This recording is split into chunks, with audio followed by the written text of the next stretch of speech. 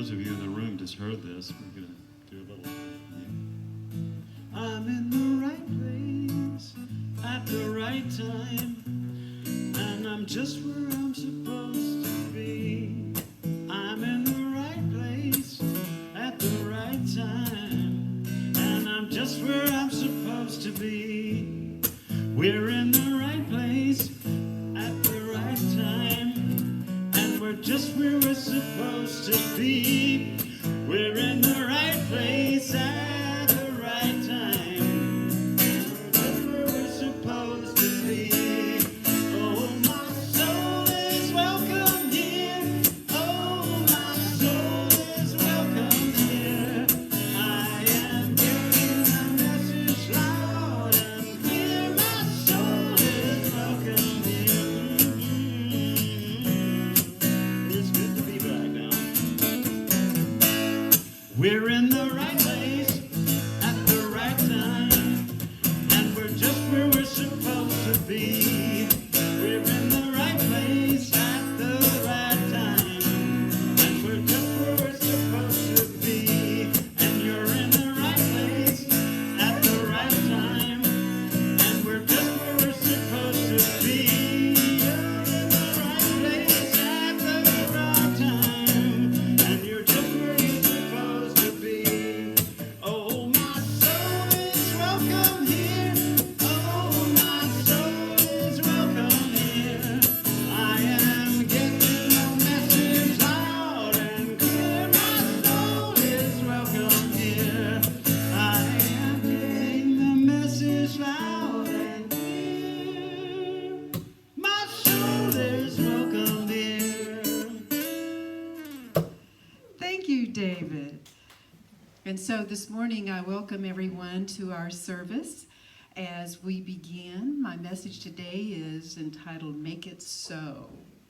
And so we are talking about how to make it so that our dreams are a reality. Now, a number of years ago, there were a series of TV shows called Star Trek, and there were several of them. Well, there was one in particular that I'm going to speak about this morning, was Star Trek: The Next Generation, and there was a Captain Picard who was one of the main characters. Now, not everyone is familiar, but if you are, then you know Captain Picard. And if you recall, he would have all of his people, at some point, he would make a decision about a direction that they were going, right? And what would he say? Make it so. Number one. He would speak to his number one officer, right? Make it so. And he spoke with such confidence and authority, and there you could just tell that the people were like, yes, sir, let's do it. You may not even know how they were going to do it, but they knew they were going to do it, right? And so this morning, I'm reminded of, we're we're following, rather, along with Turtle and Owl, who have come together under dire circumstances for Turtle, right? So Turtle has had an accident, and he is upside down. And the last couple of weeks, if you've had a chance to follow us online, Turtle has called out for help. He's like, I'm upside down, and I don't know about you, but I think a number of us have probably been calling out for help as well, with feeling like our world is upside down right now, right? And so I'm thinking about how that relates, all right? Well, today is the gift of the cloud. So we've been through the gift of the accident, in which Turtle understands his discovery of being able to make a choice and how he is able to make choices, and then how he will respond to the effects of the choices he makes. And the lesson of the tree, which was honor, being able to honor ourselves and honor the Christ within us and express that. Well, today it's the gift of the cloud, and it's about what do the clouds represent to most of us, right? Turtle is sitting there upside down, and Owl has said, keep your eyes open, because, why? Because, something will happen. An ideal will come, because Turtle has said, look, I respect, everybody has a place in this world, but my place is on my feet. And so he says, Owl, have you thought of how to get me right side up? Right? And Al says, well, something will happen, something will come. But meanwhile, look up, look around you. And what does he notice but the clouds? Anybody ever sat and watched clouds? Yes, okay. And Turtle notices that they change. He sees a bird in one of them. He sees a rabbit in another. And he sees a turtle like himself in another one, right? And so he asks Owl, what are those white puffy things? And Owl tells him those are clouds. And he says, can you fly up to those? And Owl says, no, I can't reach the clouds. He says, but I do get to fly high. And I do see clouds as something very special. And he says, when you look at them and you see images, you get a vision of something. Well, Owl tells Turtle, those clouds remind me of dreams. Now, I don't know about you, but in the Bible, dreams are a very big thing. And when I was young, I used to memorize all my dreams at night. But most people may or may not realize that dreams that we hold in our heart are actually just as significant and just as much a message from God as the dream you have through your night and your sleep. Because the dreams that you hold in your heart are what enliven and awaken you and I and others to the life of spirit, okay? And they're what feeds our soul. Now, dreams that we have at the night, they're good. They're meant to communicate. But the dreams that you and I hold, like those clouds, they can change a little bit as you and I change. But how do we make those dreams, those desires of our heart, a reality? The gift of the cloud is called affirmation. And it's more than just making a comment or a statement of affirming that something is true. It's a process in which we not only commit to that dream, but we believe in that dream. And we make ourselves a statement that allows us to bring that forward. So the gift of the cloud is affirmation, but it's more than just a statement. It's the whole process of making it real, making it an affirmation of life.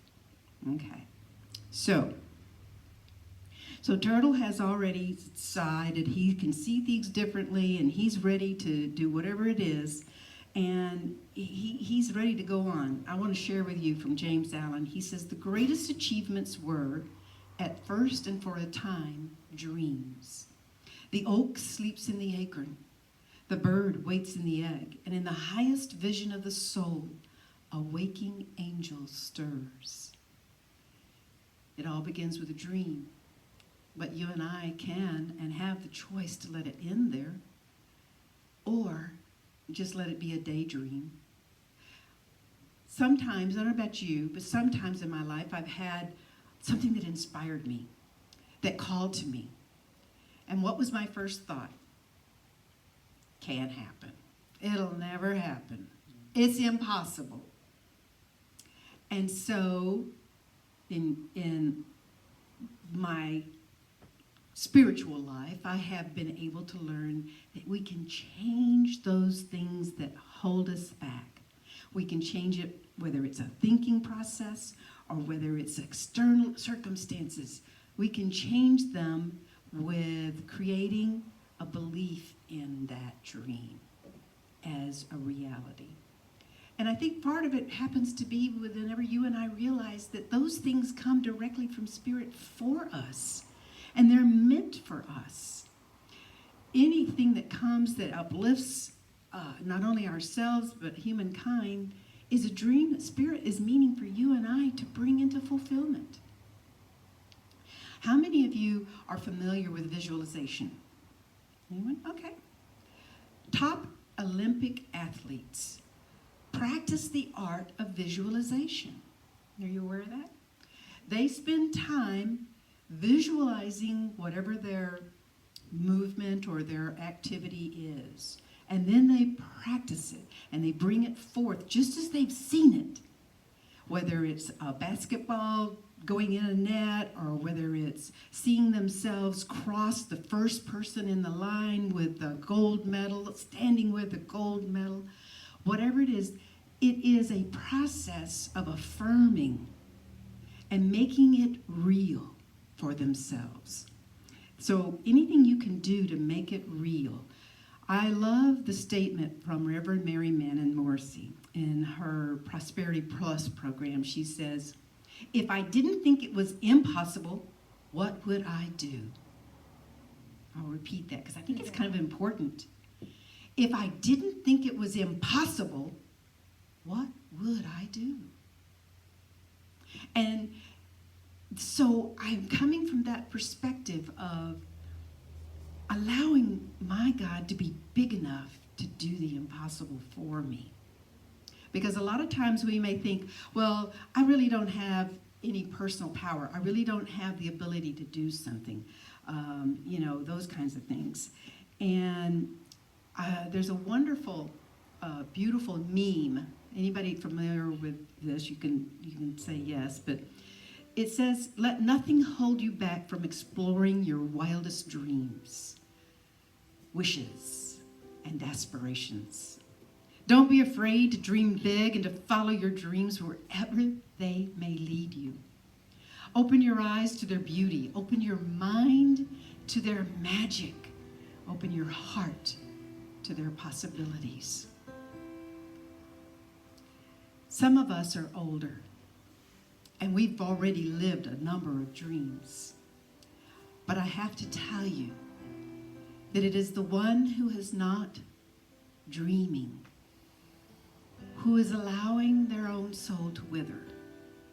And I encourage you to once again open to dreams if you think that you've already fulfilled whatever it was that was calling you.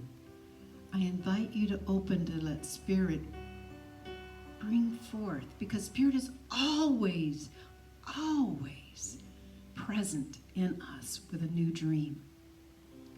A new dream. So I have you think about it like this. Anybody ever seen architectural plans?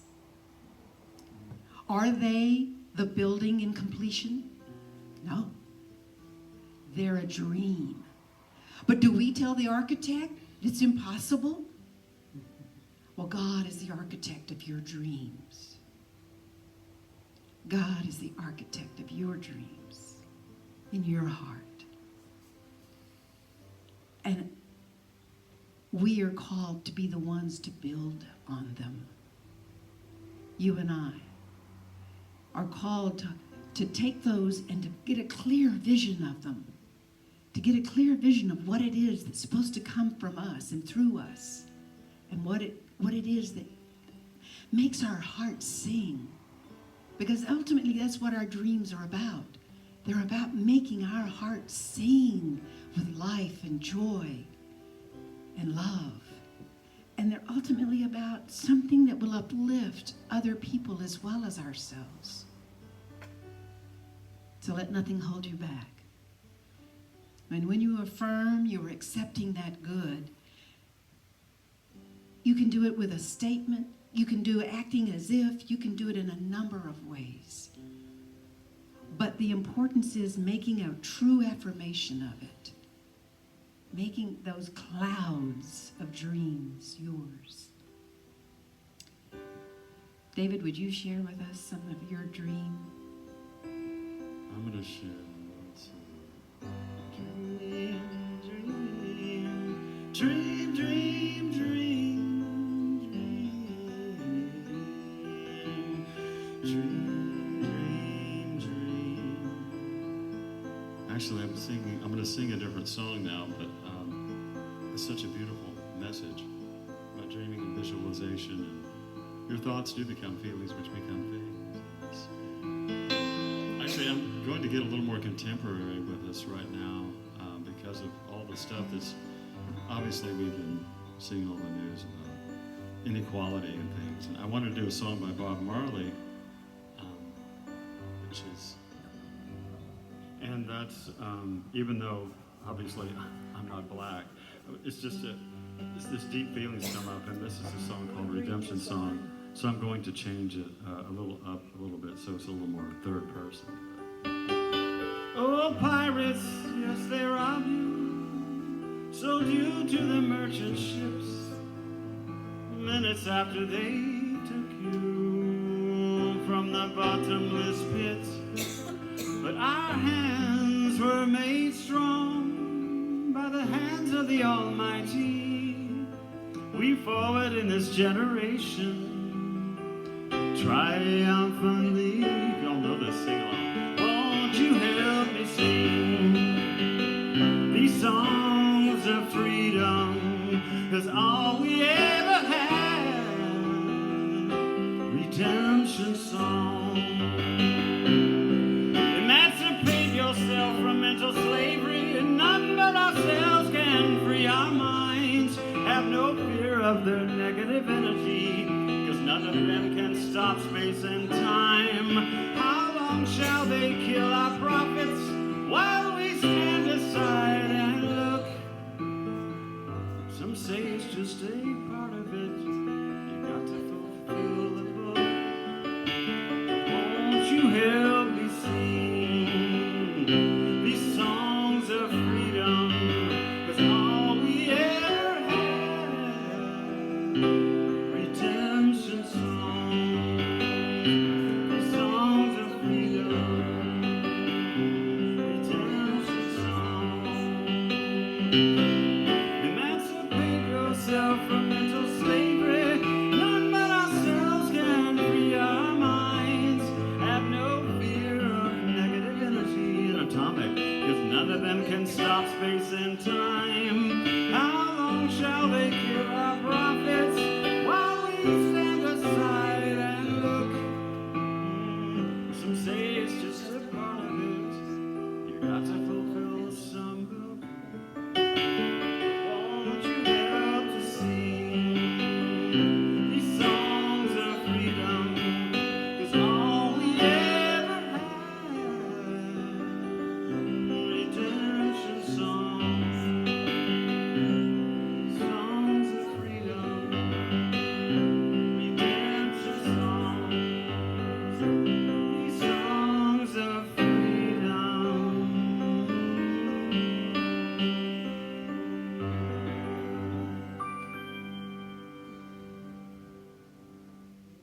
Thank you, David. Thank you. So,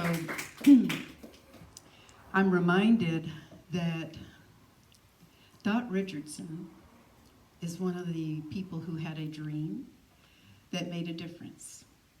She excelled at softball as a young girl. Now, Dot's dream was to play softball at the Olympics. Now, this was during a time when softball, especially even for women, was not part of the Olympic program, all right? So she had been, at 15, offered a position on a professional women's team. But because she wanted to play in the Olympics, she turned that position down. Because even back then, none of the professionals were allowed to be a part of the Olympics, if you'll remember. And so she went on to college. She became a doctor. And this was in 1992. She, got her doctor's degree. And in 1996, 4 years later, they finally allowed a women's Olympic softball team. And Dot was on that. Now, all through college, even with the heavy load that doctors carry, right? We all know, she still kept up with her softball activities. So Dot led the American team to a gold medal in baseball at 34 years old, right? Wow. Okay, now, here's an idea, here's a thought. And And my thought is this: Dot's dream, along with several other people, I think were the impetus for creating women's softball in Olympics. My thought is that every time Spirit brings us to a dream, that there's something that will uplift humankind and change our spiritual lives for the better. And regardless of whether your dream is about being a financial wizard and having a business that is employing lots of individuals, or a small business that keeps your family supported, or whether it's about art and the sciences, or whatever your dream is, I know that in that process of you fulfilling it, you're bringing forth something that Spirit is wanting to see help and quicken the spiritual lives of all other beings as well. And so it's really important that you and I live out our dreams. And so I encourage everyone to take 5 areas of your life and always have a dream for it. And so those areas I would encourage are your health, your body, say, your relationships, your career, your financial aspect, and most important is fun. That's spiritual, yes. You're fun, because it's, we can get really focused on the seriousness of life, right? And the logistics and hows and all of the things.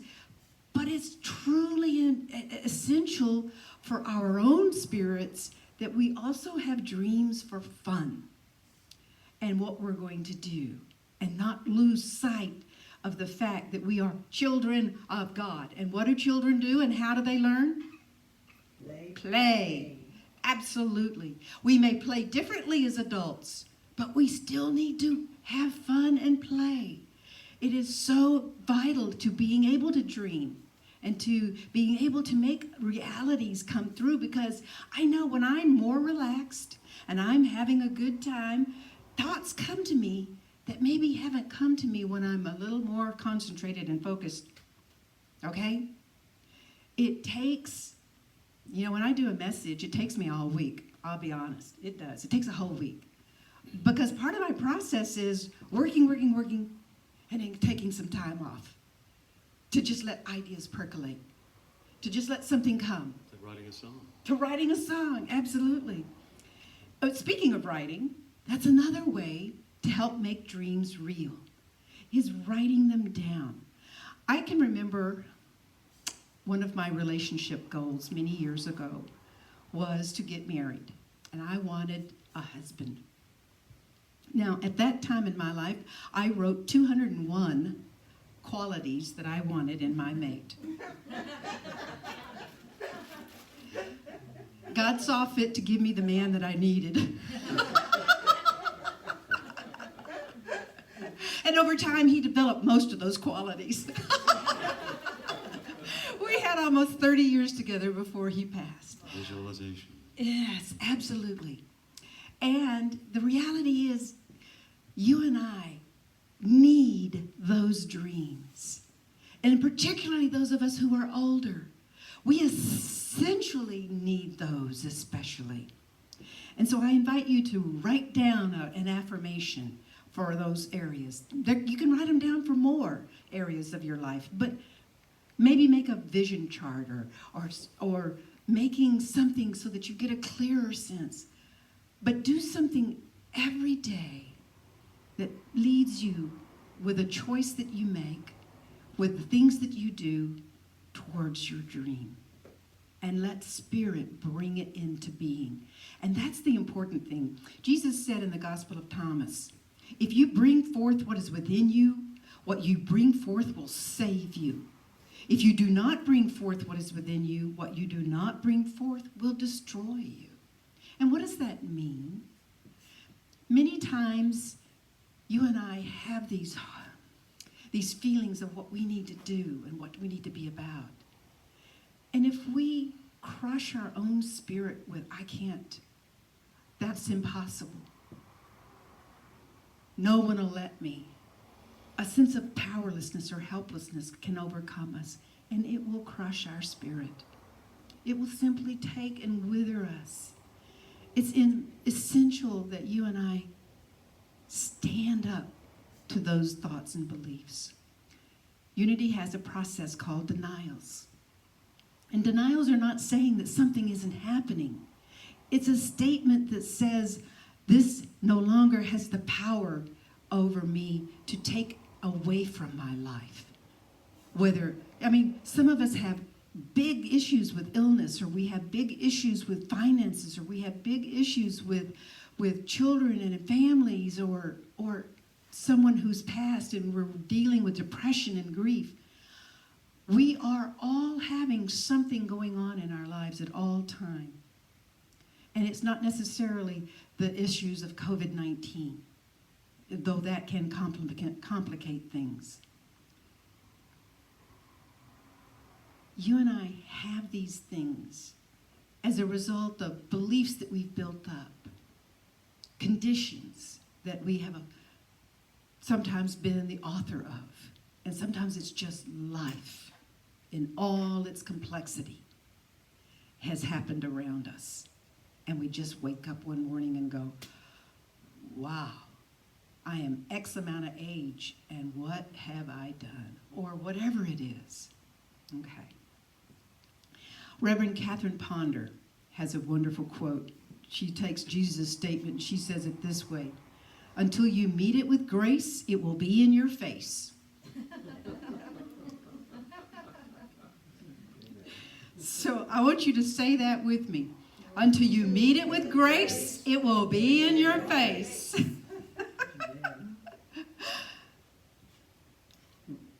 That's not to punish us. It's to waken us up. Have you ever noticed how troubles tend to get you to focus, put our attention somewhere, right? And that's kind of what that statement's about. When we have stuff that is going on, it's meant to wake us up. It's meant to get us to live life more fully, to get involved, to become active participants in all that is going on around us. There's a Chinese proverb that reads, you cannot prevent the birds of sorrow from flying over your head, but you can prevent them from building nests in your hair.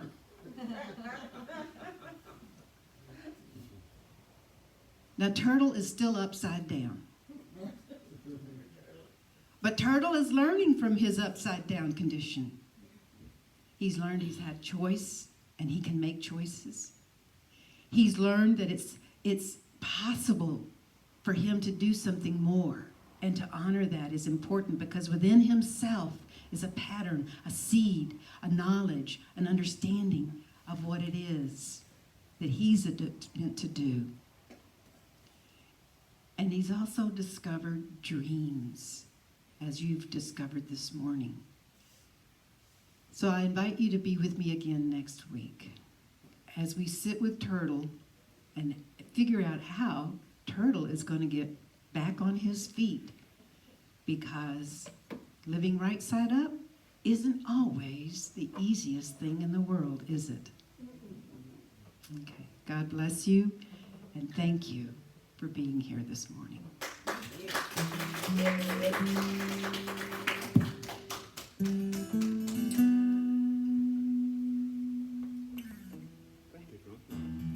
I'm going to close with a song that's it's a new song that I wrote with my partner. It's about a soul journey.